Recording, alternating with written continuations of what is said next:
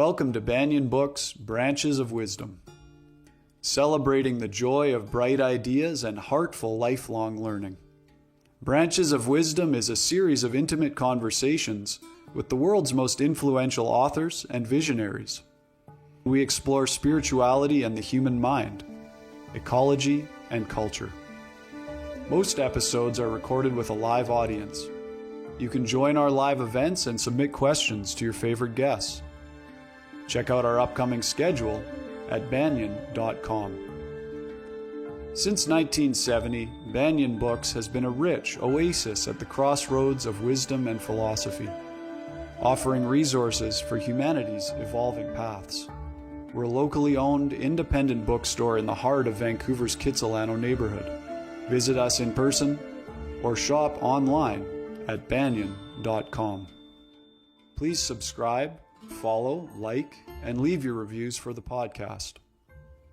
And now, enjoy. Hello and welcome. My name is Jacob Steele, Events Coordinator for Banyen Books and Sound. Welcome to today's event with Deborah Koff, Chapin, who has just released the new deck, Portals of Presence.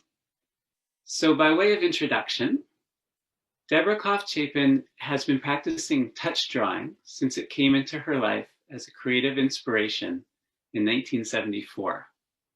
She teaches this profound process internationally. Her new deck, Portals of Presence, is the fruit of 20 years of touch drawing in sacred sites and settings around the world. Deborah is the creator of the best-selling Soul Cards 1 and 2 and 5 Soul Touch coloring journals. She's the author of Drawing Out Your Soul and Touch Drawing Facilitator Workbook.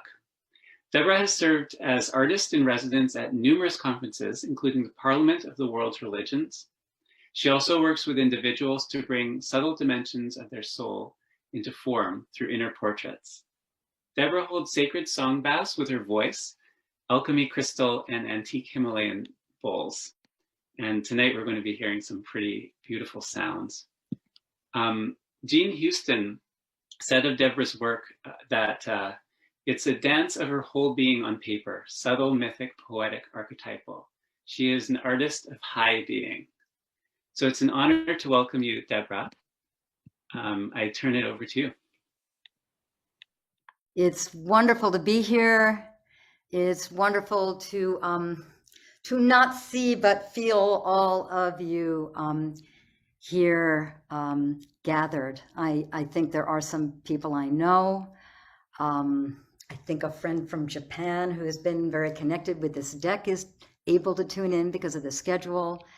And this is my first actual presentation where I share the stories of how this deck came into being. I have talked about it in some interviews and things like that, but I'm sort of exposing the inner story tonight, and it's the first time I'm doing that. So it's something I've been dreaming of sharing for a long time, and I think I kind of managed to pull it together. So I'm going to start with a little bit about touch drawing so you know how the images were created, and we did say that this would be a touch drawing demonstration. And so you saw me kind of busily doing something with while muted when he was introducing me. So what I was doing actually was rolling ink on, it's actually a simple water mixable oil paint onto a smooth board. And I was trying to get that all done so I wouldn't have to spend a lot of time doing that while I'm giving this talk. So we will just begin without a lot of words, and you should be able to pretty much see what I'm doing here. I will try and adjust the drawing to fit the space that shows. Okay, so this is a smooth surface of paint. I have slide talks where I really share the story of touch drawing, but that's not what I'm doing tonight. I'm going to have a different focus, but it's important that you do have a sense of how all the images in the portals of presence came into being. So now, everywhere I touch on this paper, I'm going to move this back so you can see even a little more. All right, so everywhere that I touch,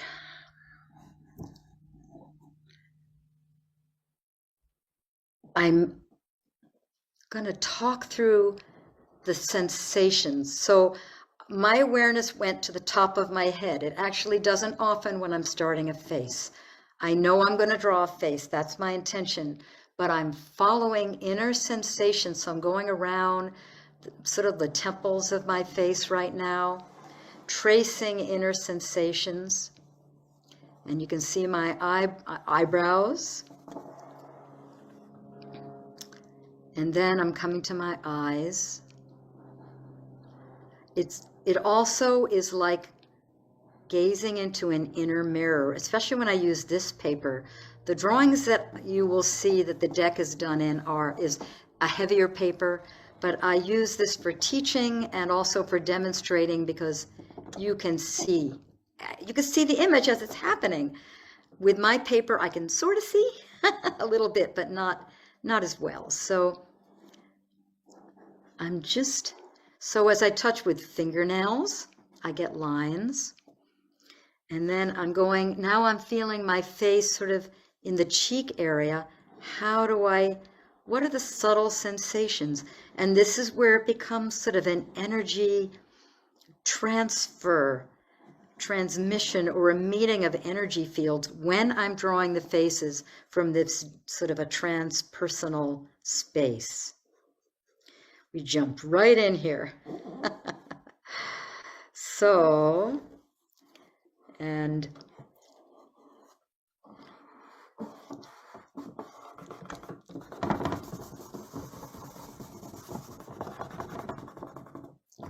this up so you can see.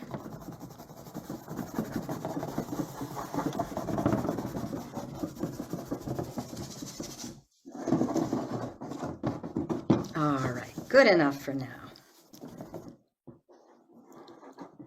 Take a sheet of paper. So watch as, just going to pick this up so you can see it a little bit better. When I teach, I focus more on the very simple beginnings of touch drawing with my first demonstration. But this is about the faces, so I really wanted to draw a face for you. So the deck, Portals of Presence, is 72 faces, created over 20 years, and I will share some of those journeys tonight. And everyone is unique. This is unique, and every face ever has been unique when it's really done in the present and in an attunement to the field of the moment, the place, the being, and the presence that where I am. So I guess I'm going to run through all of this, and we'll have a time for conversation at the end. I'm used to taking questions at this point, but that's how I do touch drawing. And now I'm going to share the story of the deck. And let's see, go to share screen. It'll take me just a sec to get the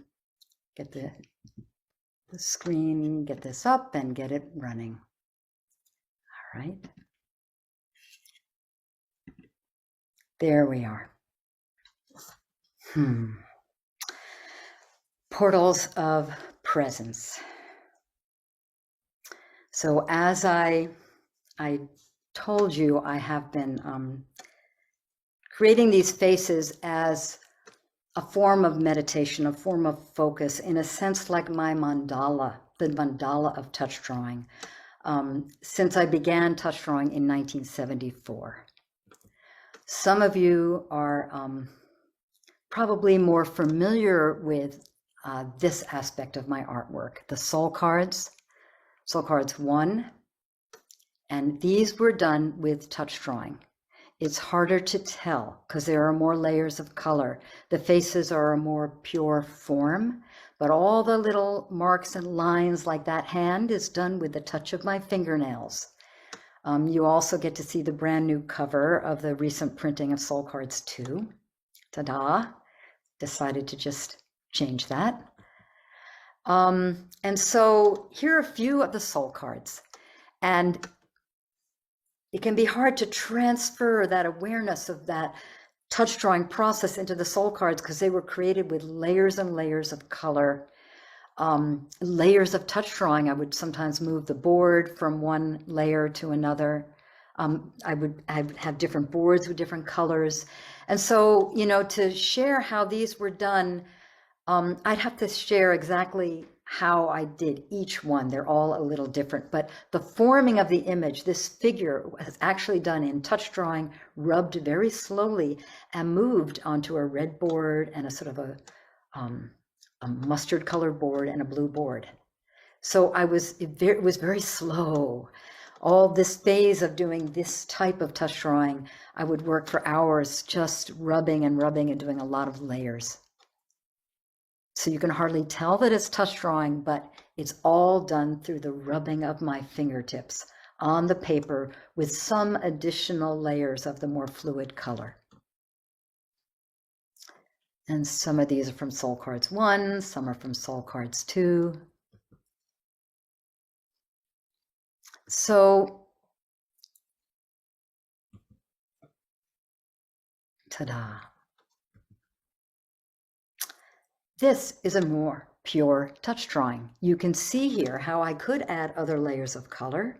I could rub more slowly, but you can see, I would think, and this is a touch drawing of what it feels like to do a touch drawing with my hands and the energy flowing out, and in this field where I'm feeling connected and the movement of my fingers is coming out of that connection.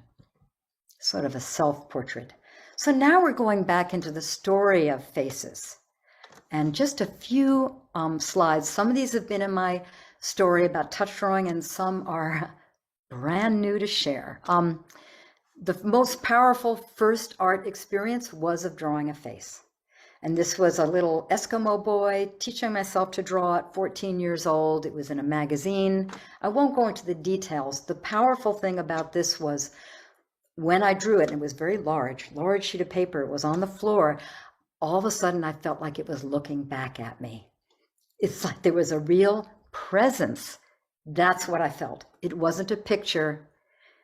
It was presence was being conveyed in this face. So that's been a core starting point for me in my reason for creating art, for having this motivation. I would do these kind of doodly drawings in high school. Here's another one, never showed this one before, because it's like, wow, here's a face. You saw the face I just drew, and it's like, it's kind of out there and I'm sort of feeling it and it's coming into me. I did that in high school. So there was some predilection or natural way that was just always there even before I had touch drawing.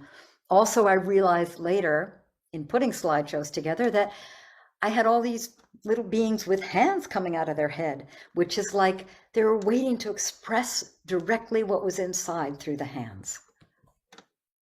Now this is, I've never shared these. My sister had a few old 8mm films. She asked me to get them digitized. We didn't know what they were. I played Helen Keller in high school in 10th grade. And it was amazing to see it. I'd never really seen a film of me playing Helen Keller. And then after a little time, I realized, oh God, it's also connected to drawing the faces. Here I was, and we had footage of it, touching her face to read who she was, reading her face through my fingers, and then bringing it into myself to feel those feelings. This was just a couple of months ago. I had never associated. I knew I got something very deep from this miracle worker experience playing Helen Keller, but just getting this film looking at it, taking some screenshots, I realized that's what I'm doing. I'm feeling these faces with my hands and sort of bringing them inside. And so you see how, as Helen Keller, I'm feeling her moods and her expressions, and I'm mimic them. I'm taking them inside of me, which is what I do when I'm drawing these faces, when I'm attuning to something other than my personal self. So, and here's one more face, this meditative, contemplative connection with nature. Again, I had that in high school as well. I took it's just a masonite board out into the woods with acrylic paints. I lay down and fell asleep in the green life and just woke up and felt this very simple, nothing profound sense of being immersed in this green field of life. And I painted that feeling. Then I went to New York City. That's all I'm going to share about New York City. And at the end of the 4 years, if you can see in the upper right-hand corner, first of all, you see a couple little fingers that I drew. It took me a while to even realize that. What's wrong with drawing faces? So after those years of abstraction, 4 years of abstraction, I gave myself permission to go back to that which had been so natural to me. And I drew these really embarrassing, stupid little doodles, and if they felt like doing dirty drawings, and I put it away, but I didn't throw it away, and I found it somehow or other so I could share it. So that was somewhere in the last couple of months of school, art school in New York City, 4 years. On my last day of my last year in school, I was helping someone in the print shop. Again, I have much more detailed stories of touch drawing. This is going to focus on the face. I decided to play. This is a more current picture, but I moved there was a paper towel over ink, and instead of wiping, I moved my fingertips on back of the paper towel. I felt this primal connection to the hands on the cave wall when I saw that my hands had created this natural marks on the paper. I felt this connection to the cave wall in that moment and a connection to the future. So I did lots of these. They were like plant forms and life, and my energy field just kind of cracked open. It was like unplugging my fingertips, kind of unplugged my top, and I was laughing hysterically. Here's the point of this talk. After lots of these little organic, abstract, plant-like things, I started drawing faces. So that goes right back to what's wrong with drawing a face. These little, totally embarrassing 4 years of art school faces. These were done on paper towels, and I knew that it was profound, even though they were just like embarrassing nothing. There was something profound about being able to be so childlike and pure. So touch drawing became my lifeline, and I had a very vulnerable kind of couple of months in New York City where I was opening up in a lot of ways, and I could ground these raw energies in drawing faces and see how they're becoming more energetic. First, they're little child scrawls. Now there's an energy inside of me that is moving out. This was a very intense night where I really needed to move through and be with an intensity. I won't even go, those stories are in my other slide talks. But you can see how it becomes more energetic than just childlike scribbles. So I kept doing it and doing it and doing it. They were not necessarily very interesting. Maybe this is a year or two into doing touch drawing. I was starting to sometimes something else would come in. A being, a presence that felt like transpersonal, larger than me. So here's just one of those from the very early days of touch drawing. And so I have brought my drawing materials out into nature. I continued the practice as a personal practice from 1974 to now. And, after a lot of personal kind of raw expression, it really moved to a place where it was more about a transpersonal level. And so taking my materials, this was hiking on Lake 22 hike, sitting by the waterfalls. This was not so long ago, hiking on Mount Rainier and plopping down in this very raw area. This was under an ancient yew tree in Scotland. And this is when I'm drawing inside Rosslyn Chapel in the crypt. And this is another time. I was in Rosslyn Chapel a few times. This is where I'm sitting at the back, and I will share a teeny little video clip. Also, so that was going to sacred sites, immersing myself in nature. In creating this deck of faces, I have harvested the faces from all of those settings and more. I've gone back. What did I draw in Rosslyn Chapel? What did I draw under ancient yew trees? And here is when I was touch drawing for the Dalai Lama and Desmond Tutu. This is another conference. You can sort of see me. I'm a little hidden by the image here. I'm on the right. This is a conference at Findhorn where you can really see my point of view as I'm pulling a drawing off. I have selected drawings in this deck from Findhorn, from drawing during the Dalai Lama, from all these different settings. And now we're going to go into a few specifics with the beings, with select beings. This is the Fairy and Human Relations Congress in this beautiful sacred valley in Eastern Washington, where I have felt such support for this aspect of my work because there's a lineage of artists who bring, the fairy realms and subtle beings into form that the people there, some of the people are really aware of. And so I got to go to that conference, and I've gone for many years, gotten all involved in lots of aspects of it. But here's a drawing, one of my very early years. I'm plonked down at dusk in the middle of that beautiful field, and I had just drawn this being, and someone came up and snapped a picture with a flash of me. And it's like, wow. And she got me that picture. That was the presence that I felt in that field at dusk doing touch drawing. And this one is in the deck. So here it is I don't identify them. So you're getting a little secret info here because the deck does not say this drawing relates to this setting.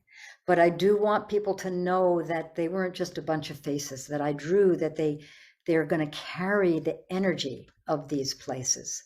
This is there's a handful in the deck from the Fairy and Human Relations Congress. I'm showing this one too, because what we did one year was make here it is, right behind me. It's really big. We made these beautiful silk banners and used them in the ritual, and we hang them every year during this event. And here, you'll hear this. My husband is the one on the right, and he's a whirling dervish. So just take in the field of this. I did touch drawing so many of their Sema events, trying to capture the essence of that whirling. And so most of the drawings I did in those settings were the dervishes, to try and find the simplest expression.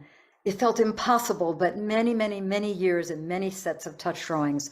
I have a whole collection I've done in that setting, but occasionally there would be faces. I'm pulling one off, faces of dervishes. And one of those made it into the deck. So there are lineages. So I'm hoping the streams of these wisdom lineages can also come through the deck. This is Sister Lucy. I put this image in the last seconds before the slideshow, who's, I would say, the equivalent of Mother Teresa, but way more like down to earth or homey or something wonderful, no comparisons.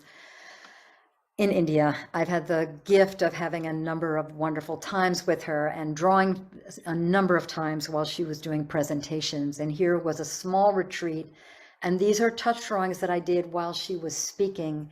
And one of the wonderful young men who grew up in her homes, Mangesh, who's now gone on to start homes for people in need, is holding happened to have a photograph of a drawing he's holding, and this made it into the deck as well.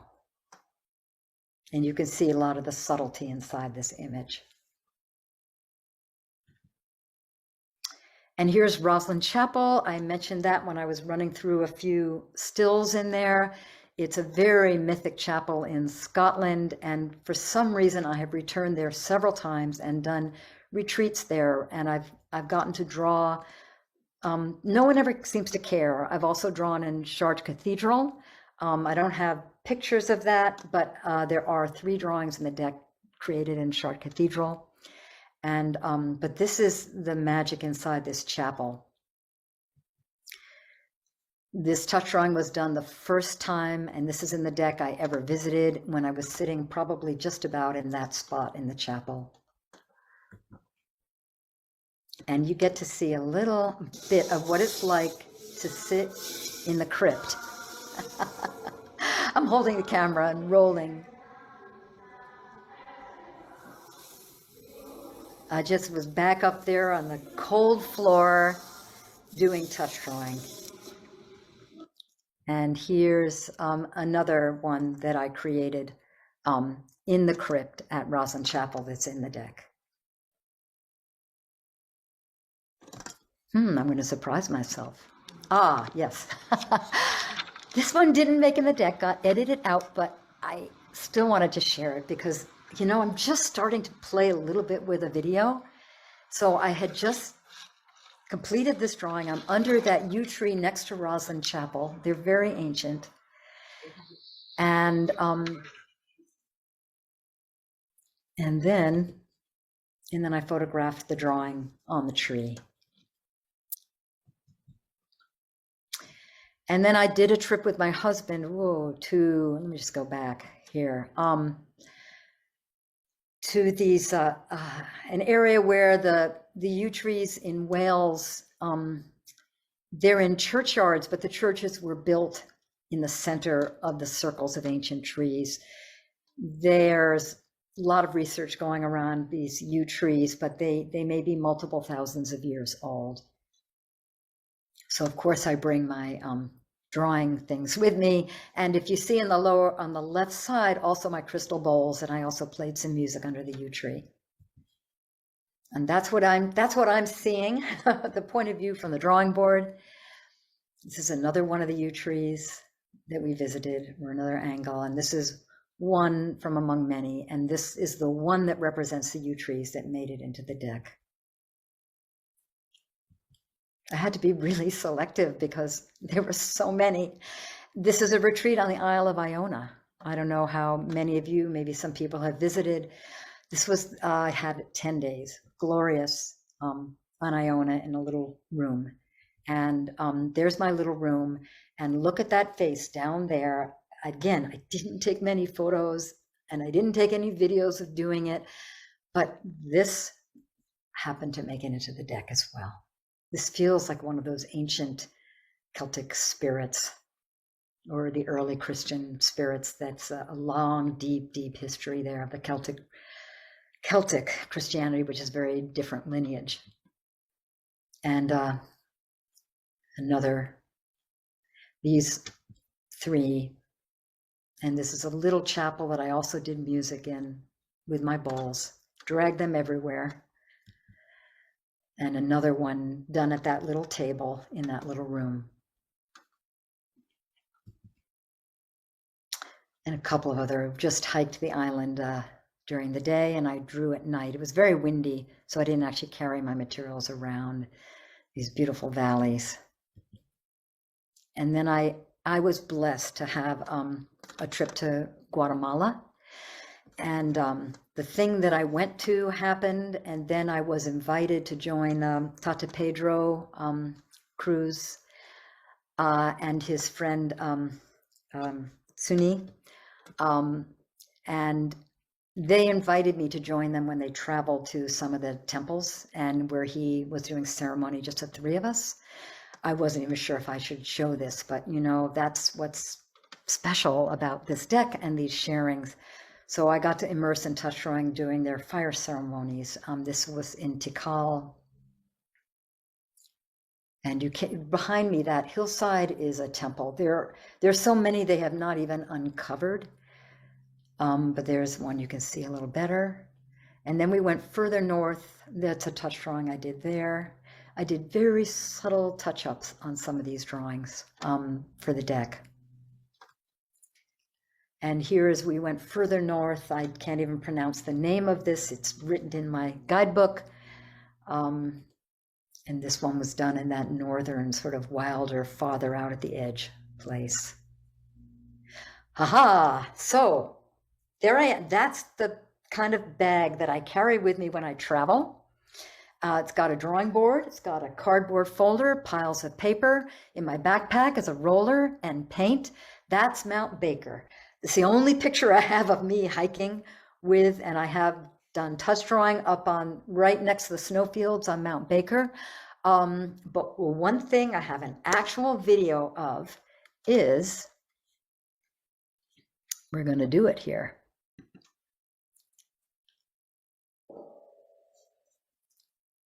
Yeah, it's coming up. So is hiking Mount Pilchuck, which I did by myself, not just a couple of years ago, not that long ago. And they have a view tower.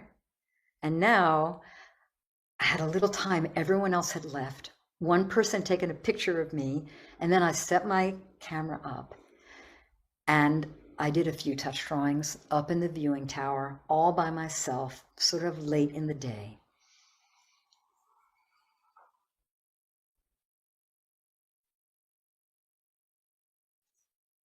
So it took maybe a few minutes. Obviously I edited this. You don't want to watch the whole drawing being done, but you can get a feel for where I am. And I'm pulling the drawing off. Ta-da!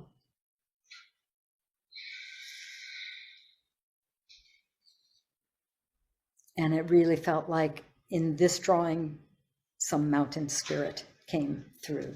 So I took it out, let it flutter in the breeze.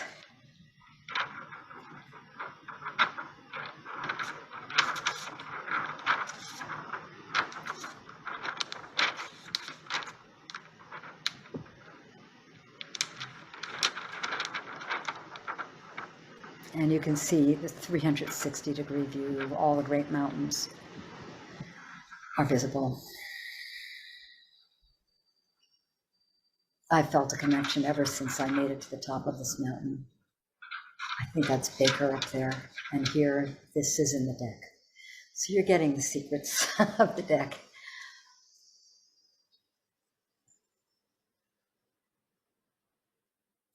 I also have gone to many, many conferences. Again, in the beginning, I just mentioned that in a quick list. This is the last Parliament of the World Religions, where I did, I think 180, maybe, I don't know. This goes way down the room. You can't even see them all. It was quite an intensive workout. And then I also had to go on the floor. I sit on the floor. I've been so dedicated to drawing at events and kind of listening to people of wisdom and transmitting something of the vision into imagery and of that presence. And this is just a moment of drawing at this event. I remember the days when being Indian was legal, yeah, we had a rough past. Sitting on the cold floor here.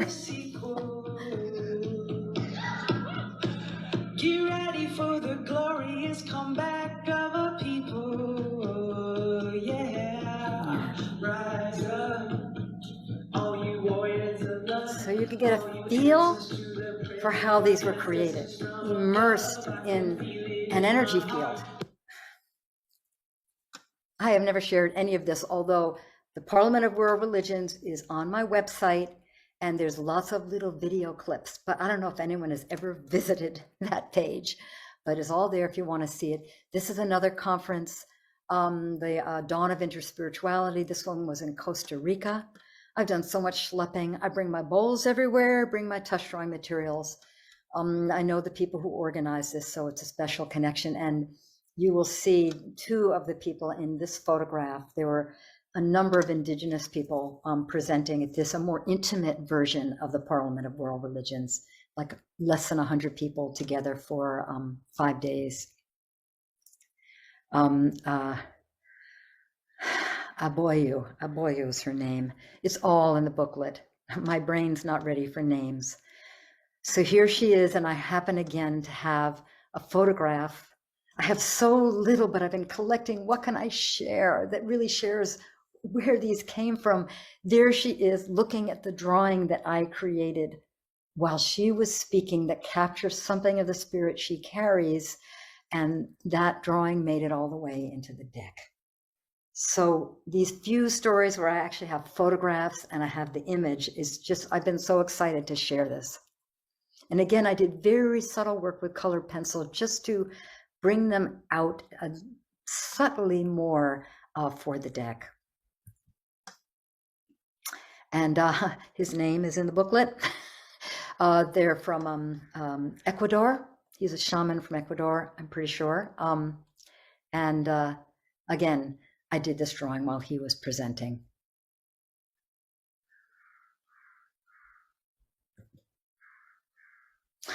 So the history, the work, the thousands and thousands and thousands of touch drawings, among them faces, going to also standing stones, the Kalanesh in the Outer Hebrides. And I don't have any drawings of me doing it. I may do other versions where I have photos of the stones. Also the Avebury, I've done a couple of retreats in Avebury, and there's a couple of drawings created near the standing stones in Avebury as well. So if you think of this body of work, and I don't know what to do with it. And in the early 2000s, the body of work was not so highly developed, but even at that point, I knew I had so many faces, and I made a sort of a prototype deck of faces. And that's me holding it. I made it in the early 2000s. And I thought, yes, I'm going to do this deck right away. There's all this energy. I could just see it. I could see it in bookstores, and it just sort of like, it collapsed. It didn't want to happen. I shared it with some people. They didn't get it. I don't know. And over the years, I would think about it. It would sort of come forward. It would recede again. This is a photograph. It's a screenshot, so I can get good quality, but it's a screenshot of a YouTube video where I was doing a live interview with Simon Harrison of the Hermit's Cave. He's like a YouTube tarot and oracle deck reviewer and personality. He's the most wonderful, warm soul. He just really creates community. So I did a live interview with him. And, I had told him that I had this deck. So he asked me if, I wanted to talk about that, this, prototype. And I brought it out and started showing it. And he had about 100 people live, and the chat started lighting up. And people were saying, when are you going to do this? When are you going to do this? And they truly gave me the boost and the affirmation. And this was in 2018. I did the interview when I came back from the Parliament of World Religions. So busy. And from that time, I have turned my energy towards the creation of this deck. I couldn't get fully focused on it right away, but I started working on it, and I started gathering slides of, in all my scans of faces, and going back into old events where I wanted to see if I could find a drawing from Avebury that would work. I wanted to find a drawing from Chartres Cathedral. So I dug around, I rephotographed, I found things. It was a long process. Then I sorted and sorted and sorted and sorted and edited and sent sample decks to people. I sat with Colin and Lizanne. Colin, who's the founder and owner of Banyen Books, I don't know, sometime last year when I was still in the selection phase. And we sat at his dining room table because I was up there and visiting. And we had a wonderful sort of discussion and energizing and blessing of this deck-in process. And then I couldn't find the cover. I had to create more new ones that wanted to come in. So it was a longer process than I expected. And then I had to write a booklet. And my husband came in. This was not posed. I had put myself in a circle of these little pieces of paper of cards that I'd created, the new prototypes. I wanted to be supported by them and started to write the guidebook. So, you know, these are all the steps of creating something. And I think we are at the point where I'm going to change. So let's just take a breather.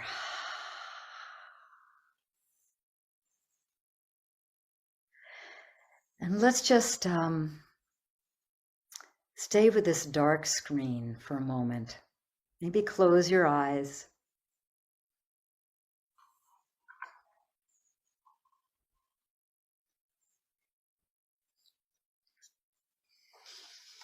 That was a lot of story, a lot of input. How is it sitting with you?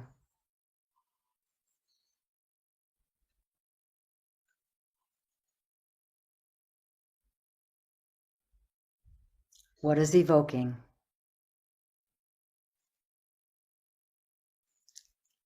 I'm going to go into a time of sharing all the images in the deck. I'm going to move over to my crystal bowls and move to a different mic.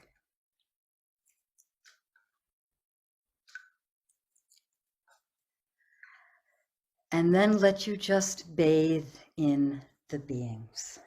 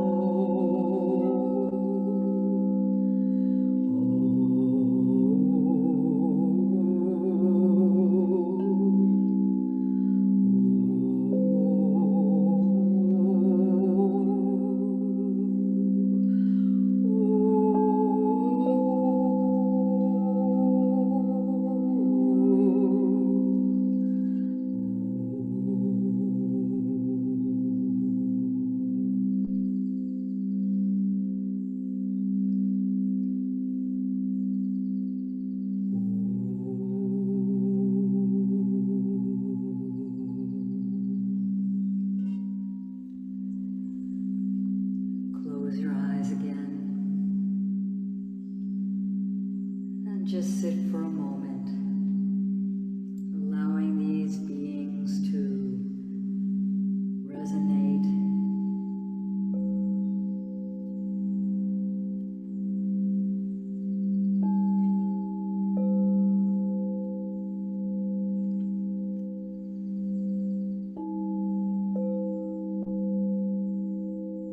We're each unique in how we experience.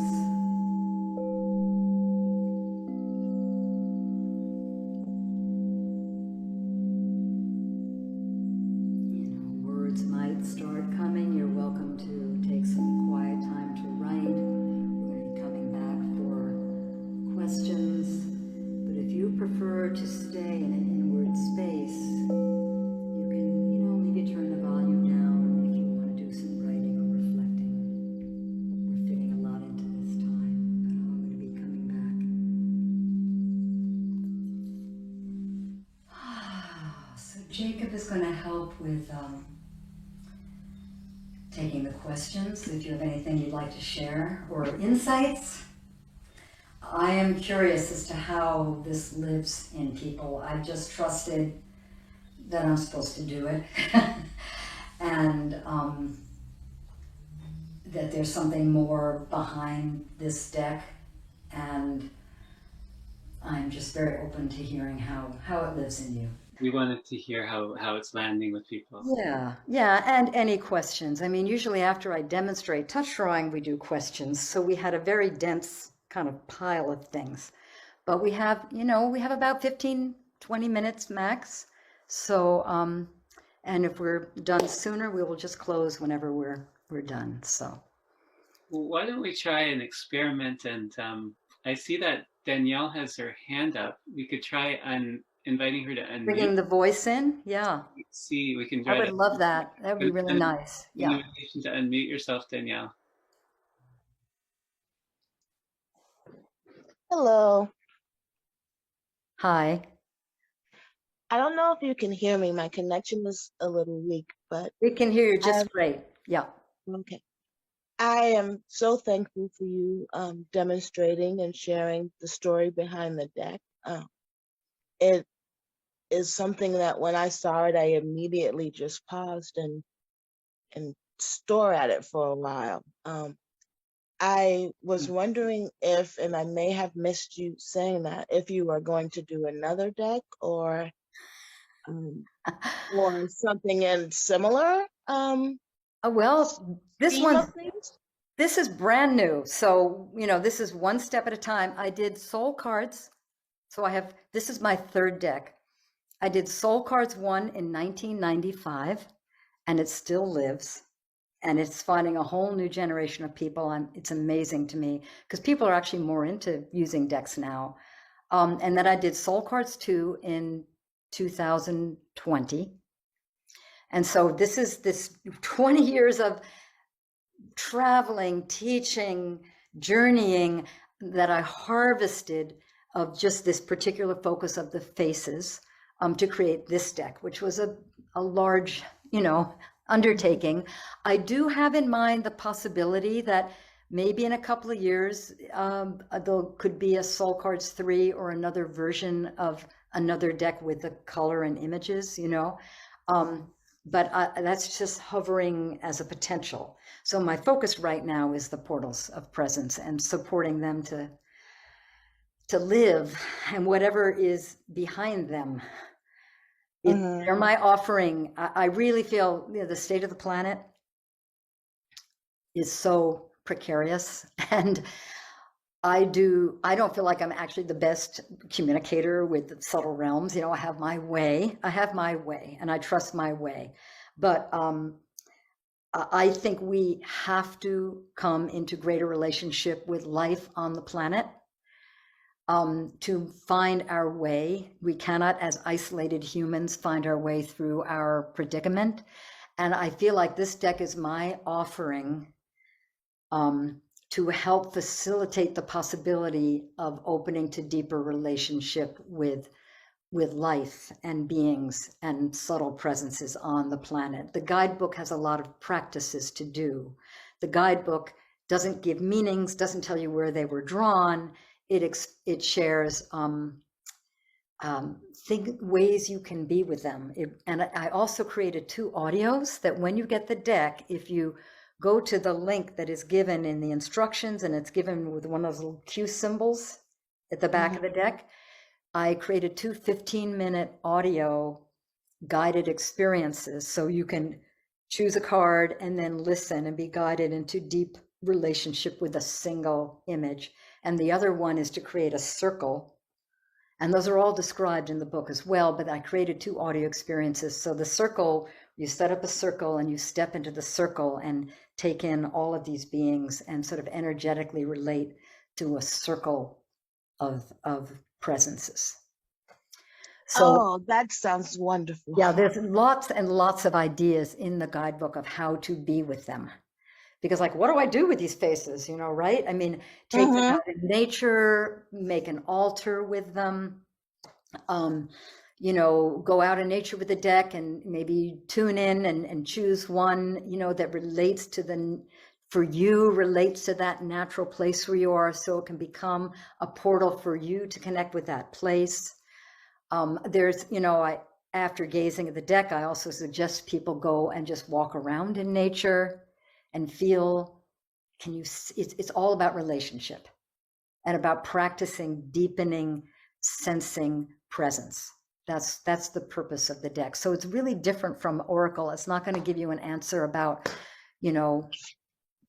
your relationship, or it might, because you could go into dialogue. And so a lot of writing practices too, you could ask questions and come into dialogue with the different beings that come through this portal for you.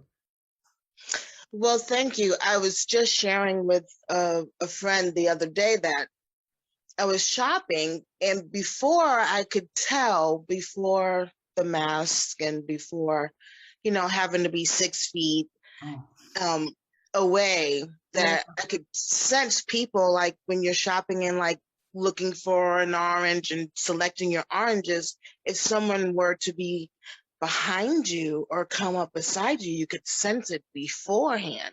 But now I have such a hard time knowing that. It's like I'm startled because I move and then there's a person there. So I'm looking forward to what you're saying about sitting and becoming a little more present. There is a timing about this deck coming out now. It took, all these years to happen. And then the printing took months longer, everything. is like, how do we come back into relationship again with humans? And there are all these unmasked faces that you get to practice sharing your face with them. I mean, there's even a suggestion of a practice to go gaze in the mirror at your own face. So it's a little, do I have a deck with me here? It's a little, do you have a deck with you? I know I have one. Anyway, here it is. Here it is. Ta-da! And they're big. The cards are big. They're bigger than the normal. They're, you know, they're, and the guidebook, you know, it's a little book, but it's very rich with essential ideas. So there it is. There's the book. Ta-da! Well, again, thank you so much. Thank you, Danielle. Are there more questions? Yeah, there's a bunch of questions. So maybe we should move along. There's a question from Leslie. Do these subtle beings ever give you names or titles? Thank you so much. I am just not a verbally connected person. When I teach this process, I encourage people to title. No, I don't have names for anything. So what I connect with is the shapes. I feel shape and a subtle kinesthetic sense. And so I'm tracing, you saw that touch drawing I did in the beginning where I'm tracing what shapes that I sense. It's not like I see a being. I don't even see, you know, I feel actually, I have all these years described touch drawing sometimes as like I'm blind. And touch drawing is my braille, is my way of seeing, you know, more deeply. I wasn't thinking about the Helen Keller photographs, you know, the Helen Keller when I said that. So that all sort of comes together now that I have those images of, you know, they're my way, my fingertips are my way of feeling and sensing and seeing and hearing. Yeah. There was a number of questions about the materials, and I guess also implied in that they want to know what materials you use, what kind of paper, what kinds of, but also if that's required for doing the work. Well, you need certain, so touchdrawing.com, very simple. The word touch, the word drawing.com has all kinds of information about the process. I give online workshops now, which are amazing. You can just do touch drawing in your own home with a very detailed, I send a very detailed description of the materials you could use. There's a lot of variation. The essence is you need a smooth, non-absorbent board. And there's lots of things that are like that. Smooth, non-absorbent board. Ta-da. Oil paint is best. Acrylic paint dries fast. This is water mixable. It doesn't need to be, but this just cleans so easily. So you could do it with one tube of oil paint. You can mix colors and do that too, but it can be that simple. A roller, a printmaking brayer it's called, and a lot of paper. Because you saw I did that drawing in just what, a short time. So every time you sit down to do touch drawing, you do a series. You don't do a single, you do a series. And what I teach with is tissue paper. This is actually a high quality, but it's pretty easy to find tissue paper, you know, but lots of other papers will work. So that's my general thing. You can experiment with any paper. The website has basic description of how to do it. Also, I have a book about it. You know, all the resources are there for you to do it on your own or come to a workshop sometimes. So now that they're online, anyone can come from anywhere. So, yeah. It's an amazing process. Ta-da! For everyone to do. Yeah. There's a question from Lyndon. Wrote, I see images that are a mirror image to another, where one is dark line on white ground and its mirror is white line on colored ground. Can you please explain how? Yes, I can explain that. I particularly showed two faces where that's when I don't, so in between drawings, I roll the ink smooth. That's erasing the past drawing. But if I don't roll it smooth, the imprint where the ink was taken off by doing the touch drawing, there's an imprint on the board. I didn't actually roll this one. I didn't have time. You see this? here, upside down. You can sort of see this, right? So then if you press the paper down on that, it'll show as like a ghost image in white. And so I know I showed a pair of faces done on Iona, where I drew that sort of Celtic ancient, being. And then I rubbed and his eyes came through in white.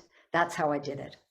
And I consciously chose to not roll it and to rub those sections to bring that through. So there's lots of elaborations and complexities you can get into with the process. Yeah. Serene asked, on top of Mount Baker, you drew a being. Will that be in the deck? That's in the deck. I told my husband, who was like always helping me to choose and take ones out, I'm not taking that one out. I've got a video of it, but it had the strength to stay in the deck. And I tell you, I'm looking straight out. I could practically see Mount Baker. I'm developing, since I went to the top, really much stronger. I've hiked on trails on the mountain, but I hadn't gone to the top before it. So yes, that's present stays with me. Yeah. There's a question: do you have a particular deity or spirit that you particularly resonate with, as maybe a guardian angel or something? I don't. And I add a very interesting, at the closest thing I would say to, for now, my teacher and friend is David Spangler. I don't know if you know David Spangler's work. I highly recommend it. He said to me not that long ago, because I said, I can't kind of feel my little team. And he said, well, the way that you are, it just might be that you just need to be available to whoever wants to come through. And you might have like a really different approach. So that was an interesting insight from him. I'm sure, I know I have something in my life that guides my life, right? But it hasn't particularized as an individual being with a name. But I do feel, like I'm part of something. Yeah. There was a comment about how your work is kind of like a form of pilgrimage, a form of prayer, a form of meditation, as through the expression of art and sound. Yeah, it is. Yeah, and the sound. I mean, since I've been having had the crystal bowls, I've been traveling with them. I use them in my workshops. And, I've played under several old yew trees, and I sang in Chartres Cathedral. I didn't have any bowls with me, but actually I had all kinds of adventures in Chartres Cathedral in that crypt singing.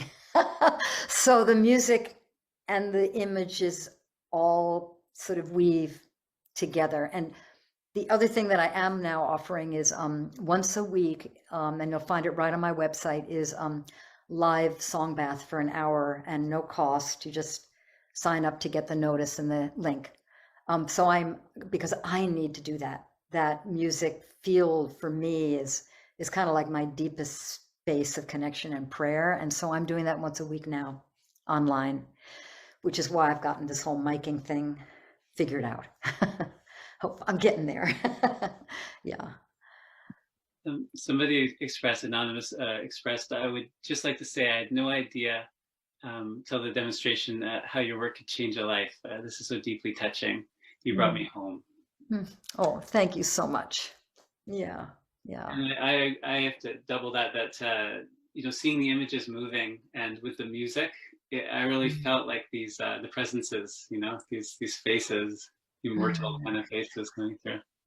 Well, I'm just trusting that life wants to contribute to human consciousness, and this is one portal for people to develop more relationship with life, whatever wants to come through these faces. Because we as humans know how to read faces. So I feel like it's a language that we can relate to, the language of the human face. So in a way, it's like translating. I had a time once at the Fairy and Human Relations Congress where particularly felt, because they say there's all like billions of beings who come to that. I don't see them, right? I just sit and draw. But there was one time when I was sitting in the field and drawing, and it kind of felt like I was the face painter at a festival of subtle beings. It's like I was giving them human faces, like they were lining up to get a human face.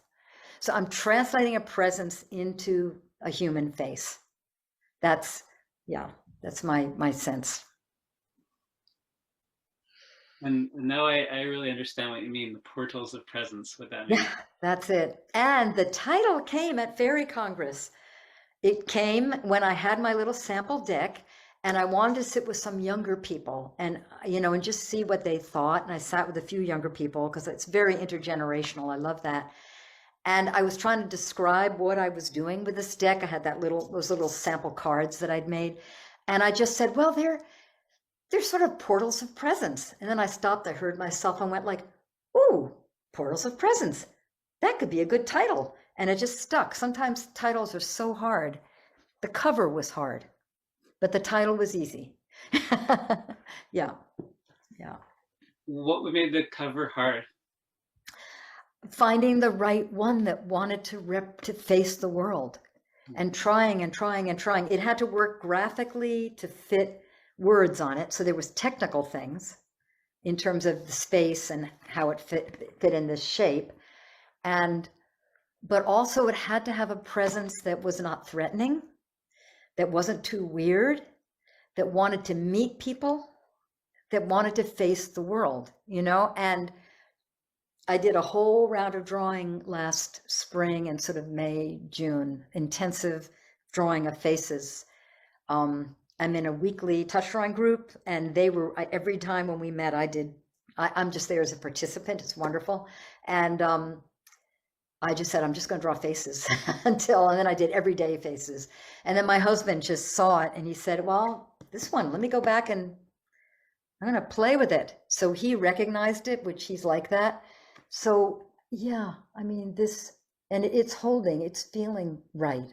I'm not sure what to say, but it felt right. And nothing felt right. I have so many attempts of other little designs where it looked okay, but it didn't like fill the cover with its fullness. So, yeah. What a gift to the world. Thank you so much for coming out and sharing your work and wisdom with us. Do you, you might have to shift, but do you want to play us out? I could put the book cover up. I can do that. So I want to just thank you so much on behalf of Banyen Books and thank everybody for coming out tonight. I feel so blessed to be doing this. I love Banyen Books.